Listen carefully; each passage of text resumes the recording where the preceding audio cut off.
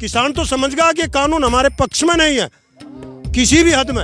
अगर अन्न खाता भी इस बात को समझ ले, मैं आपको चैलेंज देकर के बात कहता हूं आपकी मीडिया के माध्यम से माननीय मोदी जी को, कि 3 दिन के अंदर वो खुद स्वयं ही इस बात को समझ लेंगे और 3 दिन के अंदर हमारा समाधान भी हो जाएगा। गाजीपुर बॉर्डर पर पिछले कुछ दिनों से ये बात चल रही है कि किसान वक्त दर वक्त अपनी राहत शिविर या यूँ कहें कि जो शिविर है उनसे निकलकर अपने गांव की ओर धीरे धीरे जा रहे हैं। लेकिन सच्चाई क्या है वो अगर आप यहाँ पर आएंगे तो आपको पता चलेगा। भले ही आप देख सकते हैं कि ये जितने भी शेल्टर हैं उनमें लोगों की तादाद कम है, लेकिन यहाँ पर जो किसान बैठे हुए हैं उनकी एक अलग कहानी है। उसी कहानी और उसी सच्चाई को जानने के लिए इस वक्त मैं गाजीपुर बॉर्डर पर हूँ और यहाँ पर कुछ किसान हैं जिनका कहना है कि जो असली सच्चाई है उसे लोगों को जानने की ज़रूरत है। तो चलिए आज इन्हीं लोगों से बातचीत करते हैं और ये समझते हैं कि आखिर जो लोग यहाँ से जा रहे हैं उनकी क्या कहानी है और वो क्या सच्चाई है।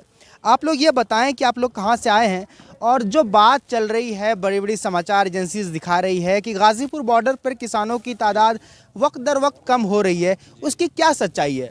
ऐसा कुछ नहीं है, कोई नहीं गया। हमने एक प्लान बनाया संयुक्त किसान मोर्चे ने कि 8 दिन आदमी यहाँ रहेगा और गांव से 8 दिन अपने घर चला, फिर उसका दूसरा भाई आएगा यहाँ। मतलब एक गांव से एक ट्रोली और 20 आदमी हर हफ्ते यहाँ आएंगे, 8 दिन वो यहाँ रहेंगे, फिर 8 दिन बाद फिर घर चले जाएंगे। वो ये हमारा ऐसा गया कोई नहीं है। अपना खेतों में काम भी चल रहा, पानी वगैरह हो रहा है, खेत गेहूँ हो रहे हैं, गन्ना कट रहा है, तो इसलिए कुछ लोग वहाँ चले जाते हैं, बाकी आ जाते हैं यहीं। अच्छा, यही सवाल है कि जो गन्ना की अब धीरे धीरे सिंचाई हो रही है तो जो किसान है वो अपने गन्ना किसानी के लिए भी जा रहे हैं, यही कहानी है ना? हाँ, वो उस काम भी कर रहे हैं, पर उनका एक भाई यहाँ भी है। अगर हमारे घर में 4 भाई हैं तो 2 यहाँ हैं, 2 गाँव में खेती कर रहे हैं। हाँ, और जो कुछ लोग का ये कहना है कि धीरे धीरे उनके मनोबल में कमी आती जा रही है, इसी वजह से लोग धीरे धीरे जा रहे हैं। सवाल ये है कि लोगों के मन में ये भी बात है कि अब बातचीत की दौर भी नहीं चल रही है, लोग थोड़े से इस अननोन स्थिति में है कि अब आने वाले वक्त में क्या होगा। इतना बड़ा रोष है, ये इलेक्शन फेर कर लड़ लो। पहले तो इसकी हवा थी, हम सोच रहे थे बाकी है, फेर का इलेक्शन लड़ लो, ये इस्तीफा देगा, इसे बता देंगे कितना वो है। एक तो पीछे के कदम धरे ही ना। हमने कह रहा कि भाई अपना काम भी तो करना पड़ेगा, रोटी भी तो खानी पड़ेगी, इसलिए तो खोज ली नू। अगर यूँ नू कहता तड़का 5 लाख आदमी में आज ऐलान करे तड़का ट्रैक्टरों की जो इस सारी दिल्ली के ना दाब दे, तो ये सब फंड दिखा रहा यूँ बढ़िया आदमी नहीं है। ये तो डकैत थे तीनों, योगी भी, मोदी भी और शाह भी। इन पर कितने कत्ल थे? अरे तो सत्ता में बैठ के ना जेल के हकदार हैं।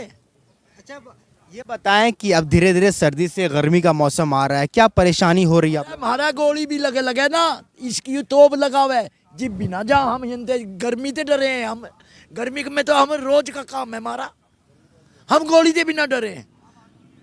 एक दिन वो आने वाला, पुलिस भी मारी गया और मिलिट्री भी मारी गया, 42 आदमी मरवा कर राजनीति कर गया। पुलिस भी मारी गया रहेगी, वो भी रहेगा, जेल जाएंगे तो सब। अच्छा, ये सवाल है कि सरकार आखिर बातचीत के लिए कब अपना दरवाज़ा खोलेगी? सरकार का कहना है कि बातचीत एक कॉल दूर है, लेकिन 11वें दौर की बैठक के बाद फिर से बैठक भी बंद है। क्या लगता है आप लोगों को कि कब सरकार बातचीत के लिए फिर से किसान नेताओं को बुलाने वाली है या अब बुलाने ही वाली नहीं है? देखो, ये तो 11 बैठक होगी। अगर इनके किसानों के हल होता है, इन पे किसानों पे हल है, इन पे हल नहीं किसानों का बिल्कुल भी। अगर ये काम करती किसानों का तो पहली बैठक में कर देती। लगातार 11 बैठक हो गई हैं, ये तो लॉलीपॉप दे रही है मीठी है। तो ये तो बिल्कुल भी ना तो किसान यहाँ से हटा और ना ही हटेगा कहीं से कहीं तक। और ये जो बिकाऊ मीडिया है, कभी टेंट में घुस जाती है, भाई यहाँ तो किसान है ही नहीं। किसान इस टाइम क्या करेगा भाई? सारे मंच पे बैठे, और जो यहाँ पे टेंट है, गर्मी पड़ रही है, सरकार को लेना देना नहीं है किसानों से। किसान अपने गांव में भी है, अपने घर भी है और यहाँ भी है, और जब तक रहेगा, जब तक हमारी मांगे पूरी नहीं होंगी कहीं से कहीं तक भी। एक सबसे बड़ी बात ये आती है कि अब जो लगातार बात चल रही है, सरकार ने भी संसद से ये बात कहा है कि कंटेंट और इंटेंशन पे लेके किसान नेता बात करें कि कानून में क्या खामियां हैं, उस पर बातचीत किया जाएगा, बाकी सब चीज़ों को थोड़ा दूर रखा जाए। क्या लगता है कि अभी तक सरकार को ये बात समझ नहीं आई है कि किसान किस चीज़ की मांग कर रहे हैं, उनकी क्या कंटेंट और इंटेंशन है? बस सीधी बात है, 3 काले कानून जिसमें 15 बिंदु हैं, और 15 बिंदुओं में 9 सरकार तो खुद गलत बता रही है, और MSP हमें लिखित में गारंटी दे, यही तो मांग है। अगर ये मांग लगातार, अब से नहीं, 74 दिन हो गए लगातार बताते हुए, आप भी नहीं हो ना भाई, लगातार 74 दिन से आ रहे हो, आज 84 दिन हो गए पूरे। अब यहाँ बारिश भी हुई, नीचे पानी भरा, यहाँ ठंड भी पड़ी, अब गर्मी है, सर्दी, वो तो सब अब पूरी दुनिया देख रही है। अब तुम तो देख रहे, सरकार को देखना चाहिए, सोचना चाहिए। सरकार खुद सरकार की नहीं है, प्रधानमंत्री किसी पार्टी का नहीं, पूरे देश का प्रधानमंत्री है। वो राजा है, अपनी प्रजा और अपनी प्रजा का, पूरे भारत का। और किसान 70% किसान है पूरे देश का। अब वो कहते हैं किसान कहाँ बैठे, किसान कहाँ नहीं बैठे बताओ? बस सिंधु बॉर्डर, टिकरी बॉर्डर, पलवल, और यहाँ पर भी हर जगह किसान ही तो है। बस ये बताना चाह रहे हैं आपको हम लोग। और हमें बतावा है पाकिस्तानी, आप मुशर्रफ का घरवाली में बहू माँ मर गई, उस पर संदेश भेज रहा। अरे जो भाई, ना तो हम हटें, हम तो और हमारे तो दोनों हाथों में लड्डू, यूँ हमारी मांग मांग लेगा जिब लड्डू, और यूँ हमें यहाँ बैठाऊ रखेगा जिब लड्डू। हम तो इसकी बिंदी पाड़ के जाएंगे। किसान तो अन्नदाता है।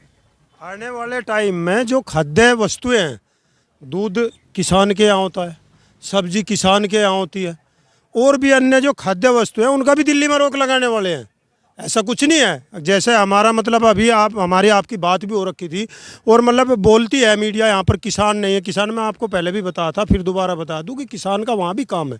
हमारी जो गृहिणी है, हमारे जो बच्चे शिक्षा कर रहे हैं गाँव में, हमारे जो साथी हैं, हमारे परिवार है, सगे संबंधी, उनकी भावना है वैसे ही, वे भी हमसे जुड़े हुए हैं, ऐसी बात नहीं है। और ये आंदोलन अन्नदाता का नहीं है, मैं आपको बता दूं आपकी मीडिया के माध्यम से, अन्न खाता का भी आंदोलन है।